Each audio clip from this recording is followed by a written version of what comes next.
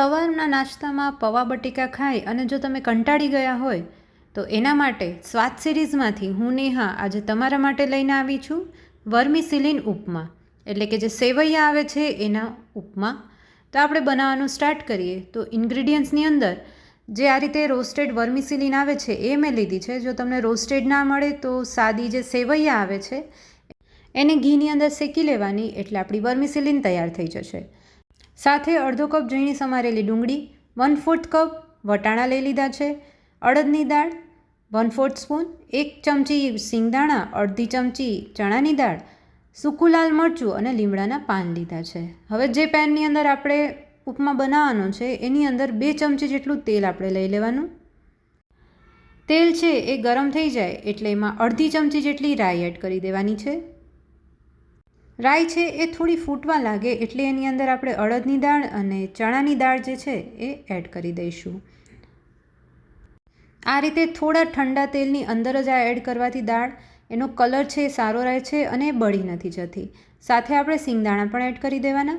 સિંગદાણાની અંદર પ્રોટીન ભરપૂર માત્રામાં રહેલું હોય છે, એટલે જો સવારના નાસ્તાની અંદર તમે એને એડ કરો તો તમને સવારની નાસ્તામાં જ પ્રોટીન છે એ ભરપૂર માત્રામાં મળી રહે. અને આ જે વર્મિસિલિન છે એ રવામાંથી બને છે. તો તમે જોઈ શકો છો આપણી દાળ છે એ સરસ આછી ગુલાબી થઈ ગઈ છે, એટલે કે આપણી દાળ સરસ રીતે ચડી ગઈ છે. તો હવે સૂકું લાલ મરચું વઘારનું અને આપણે 5થી 6 મીઠા લીમડાના પાન જેટલા વધારે એડ કરશો એટલો ટેસ્ટ છે એ વધારે આવશે. એ એડ કરી દઈશું અને અડધી મિનિટ માટે એને સરસ રીતે સાંતળી લેવાનું છે. અને હવે એડ કરી દેવાની ઝીણી સમારેલી ડુંગળી. અહીં ઘણા આદું પણ એડ કરતા હોય છે. જો તમને ટેસ્ટ આદુનો ભાવતો હોય તો તમે એ પણ એડ કરી શકો છો. હું એડ નથી કરી રહી. અને આપણી ડુંગળી છે એ આછી ગુલાબી થઈ જાય એટલે એમાં વટાણા એડ કરી દેવાના છે. અહીં મેં એક વેજીટેબલની અંદર એક જ વસ્તુ લીધી છે. તમે અહીં ગાજર છે, ફણસી છે, કેપ્સિકમ છે એ પણ ઝીણું સમારી અને એડ કરી શકો છો.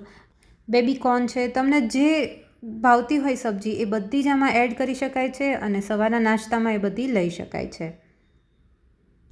હું આ રીતે આ ઉપમા બનાવું છું એટલા માટે મેં મારી રીતનો જે ઉપમા છે એ તમને બતાવ્યો છે. તો વટાણાને આપણે સરસ રીતે થવા દઈશું. તો 1થી 2 મિનિટ માટે આ જ રીતે તેલની અંદર વટાણાને થવા દેવાના છે. અને પછી આપણે એમાં મસાલા એડ કરી દઈશું. તો અહીં મસાલાની અંદર હું એક હળદર પાવડર એડ કરીશ અને સ્વાદ પ્રમાણે મીઠું એડ કરી દેવાનું છે. લાલ મરચું આપણે એડ કરવું હોય તો કરી શકાય, હું નથી કરતી. અને અડધી ચમચી લીલા મરચાંની પેસ્ટ એડ કરી દેવાની. જો તમારી પાસે પેસ્ટ ના હોય તો તમે આખા લીલા મરચાં કાપીને પણ એડ કરી શકો છો. તમારે જોતી હોય એટલી તીખાસ પ્રમાણે લીલા મરચાં એડ કરી દેવાના. આપણે બધું બરાબર મિક્સ કરી દઈશું અને 1થી 2 મિનિટ માટે આ રીતે એને સાંતળવા દઈશું. તો શિયાળામાં સવારમાં જો તમારે ફટાફટ આવો ગરમ નાસ્તો બનાવવો હોય તો એકને એક પૌવા બટેકા ના ભાવતા હોય તો આ રીતે તમે વર્મિસિલિન બનાવી શકો છો અને એકદમ ફટાફટ વર્મિસિલિન છે બનીને તૈયાર થઈ જાય છે. જો તમે નાસ્તામાં વર્મિસિલિન બનાવશો તો ઘરનાને પણ એક નવી વસ્તુ મજા આવશે ખાવાની સવારે. હવે આપણે તેલની અંદર જ આ જે વર્મિસિલિન છે એડ કરી દઈશું અને મિક્સ કરી દઈશું. આ વર્મિસિલિન છે એને તમે ઘીની અંદર પણ બનાવી શકો છો. જો તમને ઘીનો ટેસ્ટ ભાવતો હોય તો તમારે આ વઘાર છે એ ઘીની અંદર કરવાનો. જ્યારે આપણે આ વર્મિસિલિન ઉપમા બનાવીએ તો ઘણીવાર એવું થાય છે કે આ સેવ છે એ બધી ચોંટી જાય છે અને એક શીરા જેવું ઉપમા બનીને તૈયાર થાય છે. પણ જો તમે આ રીતે ઉપમા બનાવશો તો તમારો જે આ બધી સેવ છે એ અલગ અલગ થશે અને એકદમ છૂટો છૂટો વર્મિસિલિન ઉપમા તૈયાર થાય છે. તો હવે લીડ કવર કરી દઈશું અને આ રીતે જ્યાં સુધી પાણી ના બાજે ઉપર લીડ પર ત્યાં સુધી આપણે એને થવા દઈશું. તો લગભગ 1 મિનિટ માટે મેં આ રીતે એને રોસ્ટ કરીએ છીએ. અત્યારે આપણે અડધો કપ જેટલું પાણી એડ કરી દેવાનું. તો જેટલી વર્મિસિલિન લઈએ એટલા જ પ્રમાણમાં પાણી એડ કરશું અને એના ઉપર એક્સ્ટ્રા આપણે બીજો 1/4 કપ જેટલું પાણી એડ કરવાનું છે. જો તમે વેજીટેબલ લીધા હોય તો તમારે એ પ્રમાણે 2થી 2.5 કપ પાણી એડ કરવું. બધું મિક્સ કરી દઈશું.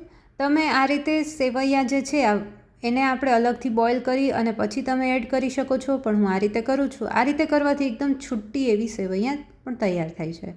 હવે જે બીજો 1/4 કપ રહેલો છે પાણીનો એ પણ એડ કરી દઈશું અને મિક્સ કરી દેવાનું છે. હવે 3થી 4 મિનિટ માટે વર્મિસિલિનને આ રીતે આપણે લીડ કવર કરી દઈશું અને મૂકી દેવાની છે. તો તમે જોઈ શકો છો આપણી લીડ પર સરસ પાણી બાજી ગયું છે અને આપણી વર્મિસેલિન છે એ સરસ રીતે તૈયાર થઈ ગઈ છે. જો તમને અત્યારે વર્મિસેલિન થોડી કાચી લાગે તો એક્સ્ટ્રા પાણી એડ કરીને પણ તમે તૈયાર કરી શકો છો. પણ તમે જોઈ શકો છો એકદમ સરસ એવી છૂટી આપણો આ વર્મિસેલિન ઉપમા છે બનીને તૈયાર થઈ ગયો છે. અહીં લીંબુનો રસ તમે અત્યારે એડ કરવો હોય તો કરી શકો. અડધી ચમચી જેટલો લીંબુનો રસ એડ કરવાનો અને ઉપરથી લીલા ધાણા એડ કરી અને આપણે એને ગાર્નિશ કરી લઈશું. તો આપણો સરસ એવો એકદમ છૂટો વર્મિસેલિન ઉપમા તૈયાર થઈ ગયો છે. ટેસ્ટમાં એકદમ સરસ લાગે છે. તો તમે જરૂરથી એકવાર આ ટ્રાય કરજો અને તમારે કેવો બન્યો એ મને કમેન્ટ બોક્સમાં લખીને જરૂરથી જણાવજો. જો તમે અમારી ચેનલને હજુ સુધી સબસ્ક્રાઈબ નથી કરી તો એને સબસ્ક્રાઈબ કરી દેજો.